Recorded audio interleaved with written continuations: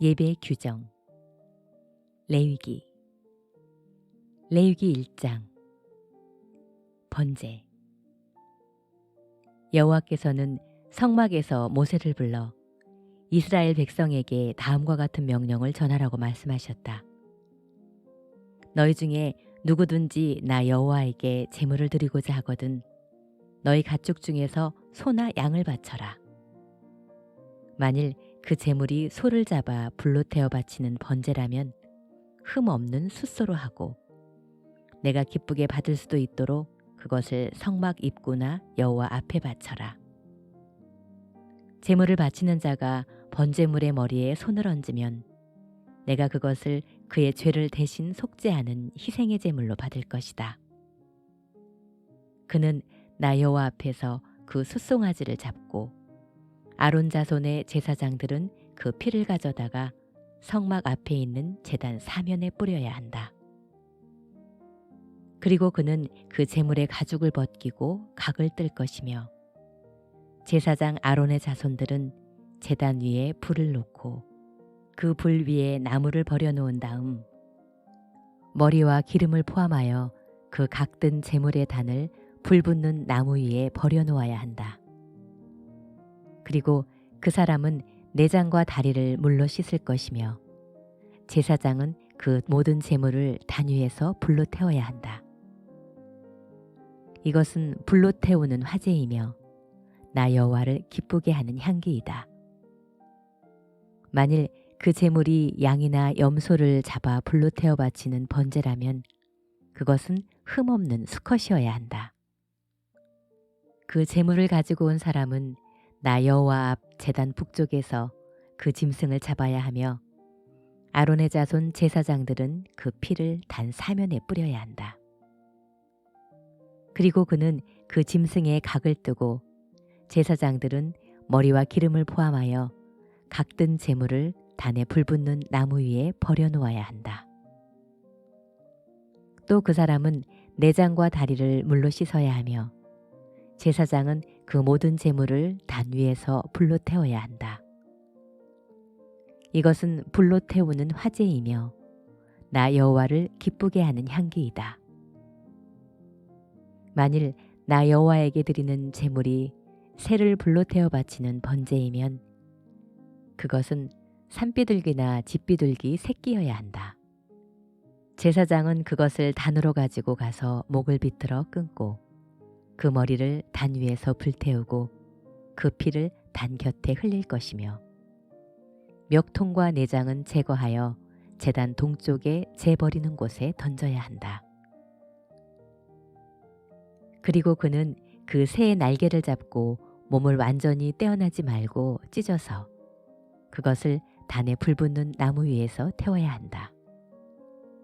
이것은 불로 태우는 화제이며 나 여호와를 기쁘게 하는 향기이다. 요한복음 20장. 예수님이 다시 살아나심. 안식일 다음 날 이른 새벽 아직 어두울 때 막달라 마리아가 무덤에 가서 보니 무덤을 막았던 돌이 옮겨져 있었다. 마리아는 시몬 베드로와 예수님이 사랑하시던 제자에게 달려가 누가 주님을 무덤에서 가져갔는데 어디에 두었는지 모르겠어요 하였다. 그래서 베드로와 다른 제자가 무덤으로 향해 떠났다. 두 사람이 함께 달려갔으나 베드로보다 다른 제자가 먼저 무덤에 도착하였다. 그는 굽으려 모시천만 있는 것을 보고 안으로 들어가지는 않았다. 그때 뒤따라온 시몬 베드로가 무덤에 들어가서 보니 모시천이 놓여 있었고 예수님의 머리를 쌌던 수건은 모시천과 함께 놓이지 않고 따로 개켜져 있었다. 그제서야 먼저 무덤에 왔던 다른 제자도 들어가 보고 믿었다. 그들은 아직도 예수님이 죽었다가 다시 살아나야 한다는 성경 말씀을 깨닫지 못한 채 집으로 돌아갔다. 그러나 마리아는 무덤 밖에 서서 울고 있었다. 울다가 몸을 굽으려 무덤 속을 들여다보니 흰 옷 입은 두 천사가 예수님의 시체를 두었던 곳에 하나는 머리맡에, 하나는 발치에 앉아 있지 않겠는가? 천사들이 마리아에게 여자여 왜 우느냐 하고 물었다. 그래서 마리아는 누가 내 주님을 가져갔는데 어디에 두었는지 모르겠습니다 하고 대답하였다. 이 말을 하고 뒤를 돌아보았을 때 예수님은 거기 서 계셨으나 마리아는 그분이 예수님인 것을 몰랐다. 예수님은 마리아에게 여자여 왜 우느냐? 누구를 찾느냐 하고 물으셨다. 마리아는 그분이 동산 관리인인 줄 알고 여보세요. 당신이 그분을 가져갔으면 어디에 두었는지 말씀해 주세요. 내가 모셔가겠습니다 하였다.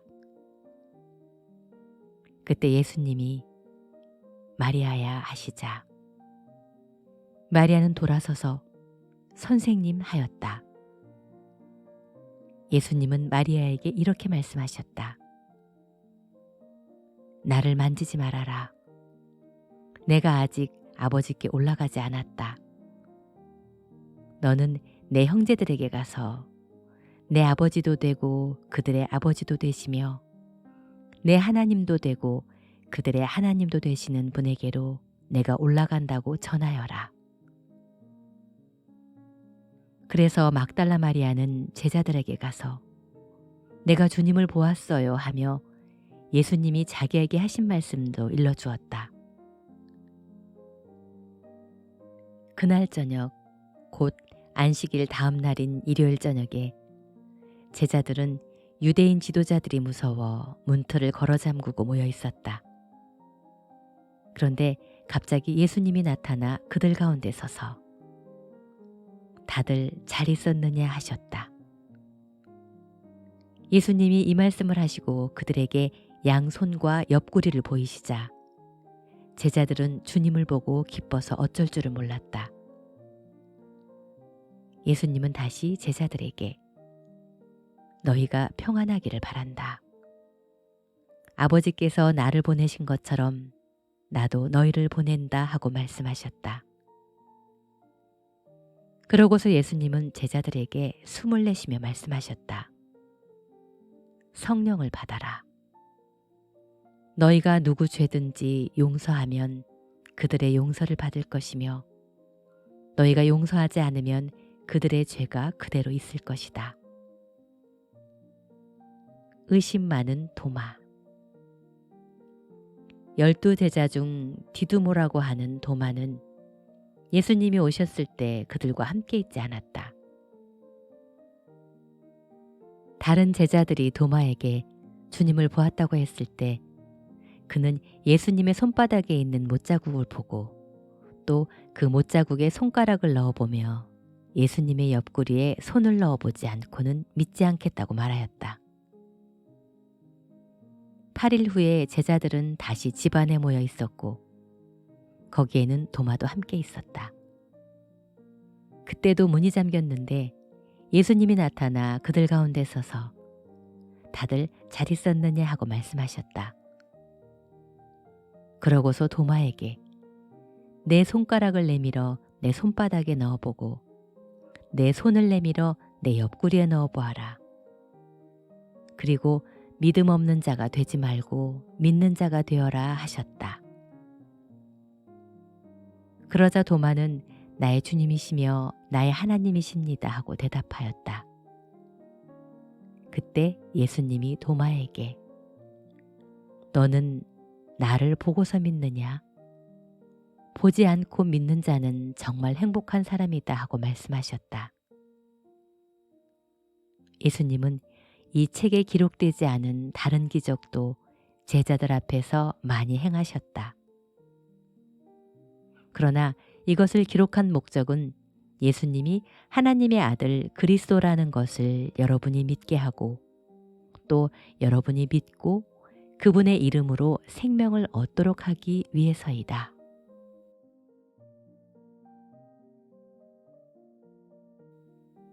잠언 17장.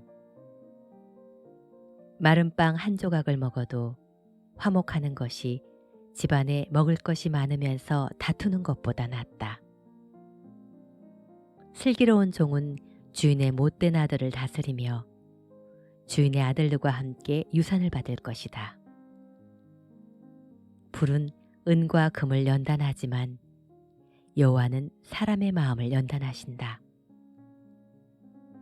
악인은 악한 말을 잘 듣고 거짓말쟁이는 거짓말에 귀를 기울인다. 가난한 사람을 조롱하는 것은 그를 지으신 하나님을 모욕하는 것이다. 남의 불행을 보고 기뻐하는 자는 형벌을 면치 못할 것이다.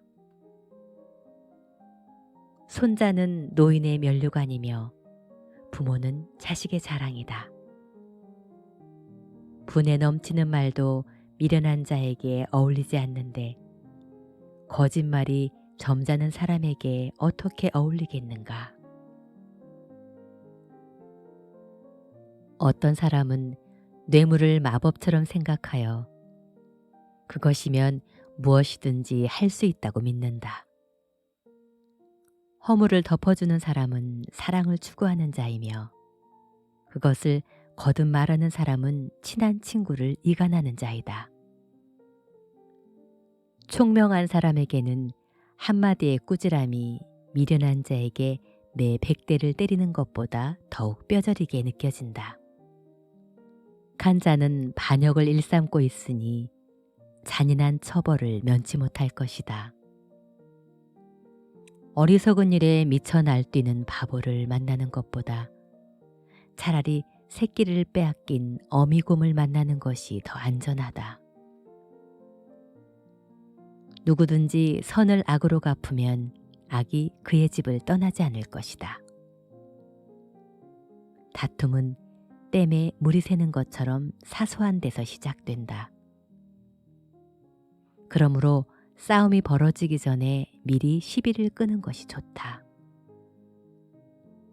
악인을 의로운 사람으로 취급하는 자와 의로운 사람을 죄인처럼 취급하는 자는 여호와께서 다 같이 미워하신다.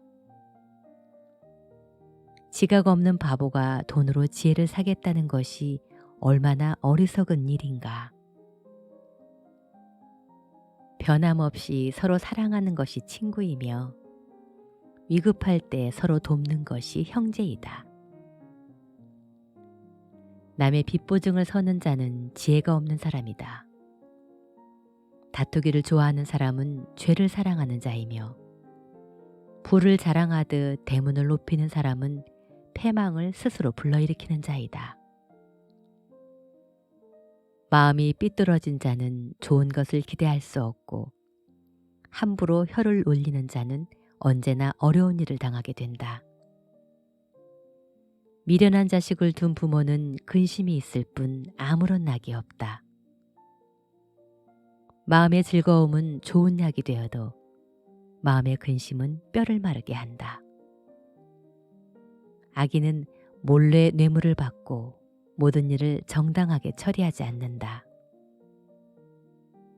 총명한 사람은 지혜로운 일을 추구하지만 미련한 자는 온갖 잡다한 것에 눈을 돌린다. 미련한 아들은 그의 아버지에게 근심이 되고 그의 어머니에게 고통이 된다. 죄 없는 사람에게 벌금을 물리고 점잖은 사람을 정직하다고 매질하는 것은 옳은 일이 못 된다. 배운 사람은 말을 함부로 하지 않으며 지혜 있는 사람은 언제나 침착하다. 미련한 사람도 가만히 있으면 지혜로운 자로 여기고 입을 다물고 있으면 지성인 취급을 받는다.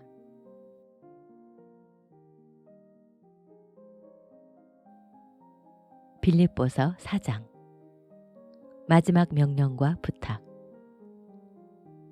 내가 사랑하고 그리워하는 형제 여러분, 여러분은 나의 기쁨이며 면류관입니다. 그러므로 여러분은 주님 안에 굳게 서십시오. 유오디아와 순두계 두 사람에게 권합니다. 주님 안에서 사이좋게 지내십시오. 그리고 나의 신실한 동역자인 여러분도 이 여자들을 도와주십시오. 그들은 클레멘트와 나의 다른 동역자들과 함께 기쁜 소식을 전하는 일에 나와 함께 수고한 사람들입니다.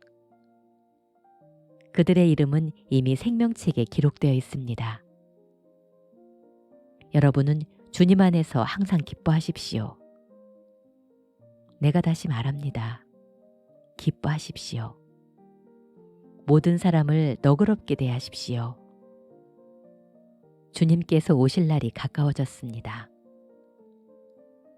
아무것도 염려하지 말고 모든 일에 기도와 간구로 여러분이 필요로 하는 것을 감사하는 마음으로 하나님께 말씀드리십시오. 그러면 도저히 상상도 할 수 없는 하나님의 놀라운 평안이 그리스도 예수님 안에서 여러분의 마음과 생각을 지켜줄 것입니다. 형제 여러분, 끝으로 말합니다. 여러분은 참되고 고상하고 옳고 순결하고 사랑스럽고 칭찬할 만한 것이 무엇이든 거기에 미덕이 있고 찬사를 보낼 만한 것이 있다면 그것을 생각하십시오. 또 여러분이 내게서 배우고 받고 듣고 본 것을 실천하십시오.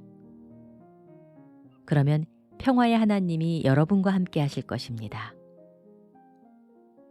여러분이 나에 대하여 다시 관심을 갖게 되어 나는 주님 안에서 크게 기뻐합니다.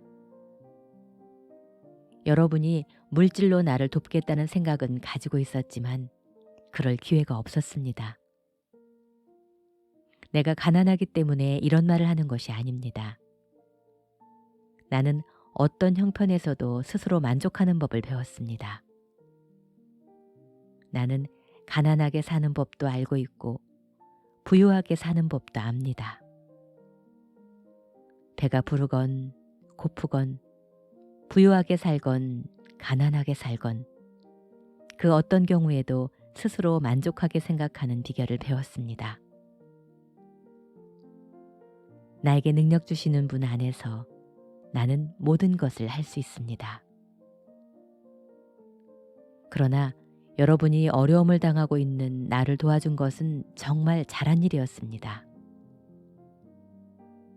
빌립보 사람 여러분, 여러분도 잘 알고 있겠지만 내가 기쁜 소식을 전하던 초기에 마케도니아를 떠날 때 서로 도움을 주고받은 교회는 여러분밖에 없습니다.